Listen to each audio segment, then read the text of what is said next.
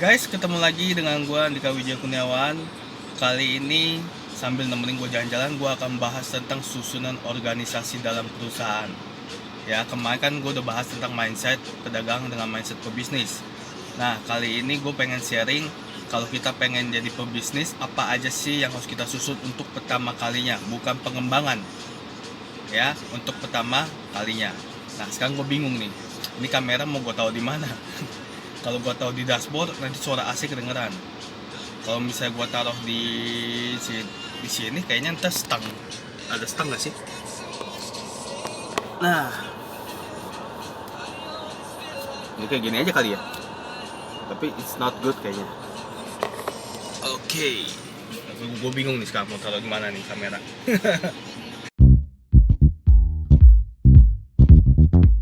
Oke, sekarang jam 1:30 deh. Tanggal 10 Maret. Hai guys, tadinya ini kayaknya slow banget. Bentar, gue kecilin dulu.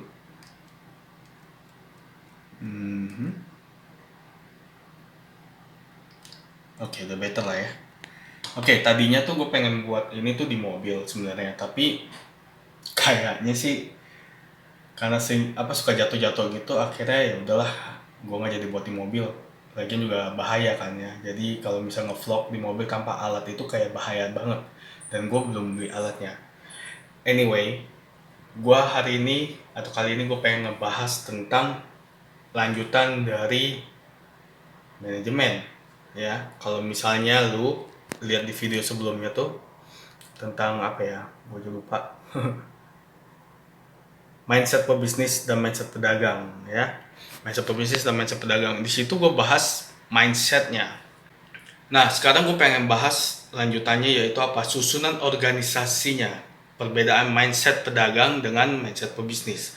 Nah, kalau misalnya lu masih mindsetnya pedagang, biasanya kalau pedagang itu solo, single ya. Oke ya, paling kalau misalnya punya tim cuman satu atau dua tim, it's good sebenarnya. Itu bagus banget untuk pengembangan di awal ya, yaitu punya satu atau dua. Ini kayaknya sih banget gini aja deh ya, satu atau dua tim. Contoh, pedagang potong ayam. Oke, nah dia hanya punya satu orang yang ngebantuin dia untuk potong ayam, ya kan. Contoh, nasi goreng. Nasi goreng itu cuman sendiri atau berdua. Yang satu adalah bagian bungkus-bungkus, yang kedua adalah yang bagian masaknya, ya kan. Nah, tapi kalau misalnya lu pengen kembangin jadi bisnis, nggak bisa cuma punya dua.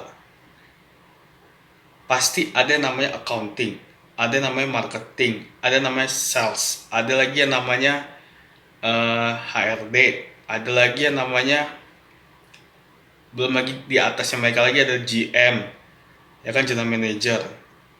Kemudian ada lagi yang namanya OB, office boy, sekretaris, dan lain-lain, ya kan. Nah, kalau misalnya kita ambil contoh tukang nasi goreng aja deh. Kalau dia mau kembangin nasi gorengnya, maka dia bisa hire apa, tukang masak, ya kan, tukang masak. Kemudian yang bagian ngitung-ngitung tuh accounting, kasir, bahasa lama itu kasir kalau buat mereka yang mau makan ya, kasir. Sorry guys, yang itu gue lagi pilek banget nih. Oke, bukan covid. Terus dinaikin lagi, ada tim marketing namanya. Nah, tim marketing ini fungsinya apa? Dia buat banner, dia sebarin flyer dan lain-lainnya. Ada lagi tukang sales, tukang jualan. Nah, khusus rumah makan nggak butuh jualan sebenarnya, karena orang yang datang, orang yang nyari. Tetapi di era sekarang untuk berjualan, tim salesnya bisa dibantu dengan Google Business Profile, atau dulu namanya Google My Business. Itu bisa dibantu dengan itu. Jadi ketika orang cari, orang search, maka dia akan dapat tempat atau toko tempat kita jualan, ya. Atau bisa juga diganti dengan sekarang aplikasi Gojek, Grab, dan yang lainnya. Nah, kemudian kalau misalnya teman-teman atau lu masih mindsetnya pedagang, biasanya pedagang itu apa? Cuman cari yang namanya hari ini gue dapat untung, terus belanja lagi, abis itu jualan. Setelah itu apa? Begitu lagi terus-terusan, ya kan? Terus akhirnya apa? Ya nggak bisa dikembangin. Tapi kalau mindsetnya teman-teman pebisnis, ada namanya production, bagian produksi, ya kan? Nah, bagian produksi ini contoh paling gampang ya. Sebelum barang habis, mereka udah siapin semuanya. Ya, mereka udah siapin potongannya, mereka sudah siapin kayak apa ya? Ayamnya harus dipotong, sayur harus ditiris, dan lain-lainnya. Jadi si tukang masak ini tinggal masak. Jadi semua sudah ada sistemnya. Oke. Nah, sekarang pertanyaan saya adalah teman-teman masih sebagai pebisnis atau pedagang? Sekalipun teman-teman seorang dropship, ya dropship, mau itu Shopee ke Tokopedia, Tokopedia ke Shopee, whatever. Oke, kalau misalnya teman-teman mindsetnya pebisnis, maka teman-teman akan tahu, oh kayaknya gua harus kembangin bisnis ini karena menghasilkan. Ya, saya tahu loh, untung dari dropship itu gede, lumayan lah.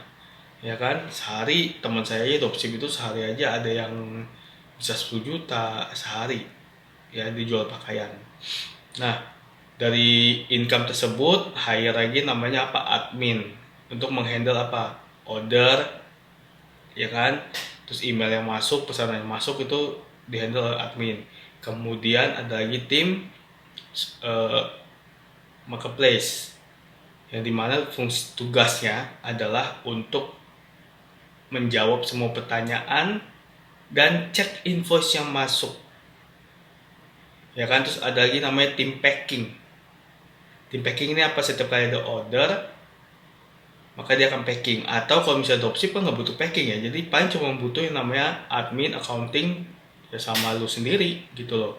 Jadi cuma butuh 3. Dari 3 ini berkembang lagi, misalnya terus bikin lagi satu toko, misalnya awalnya dropship di pakaian, kemudian dropship lagi di alat komputer, kemudian dropship lagi di mana, aksesoris handphone dan sebagainya.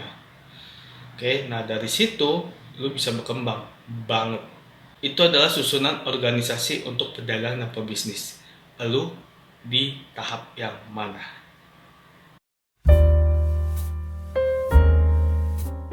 Posisi teratas ya udah pasti dipegang oleh teman-teman sendiri, ya kan, nggak mungkin orang lain, karena lu yang punya bisnisnya, bukan orang lain yang punya bisnisnya. Nah, yang kedua, teman-teman nggak bisa sendirian, udah nggak bisa lagi jadi Superman. Kalau sudah mau beralih dari pedagang jadi pebisnis, teman-teman udah nggak bisa jadi Superman. Lu harus mulai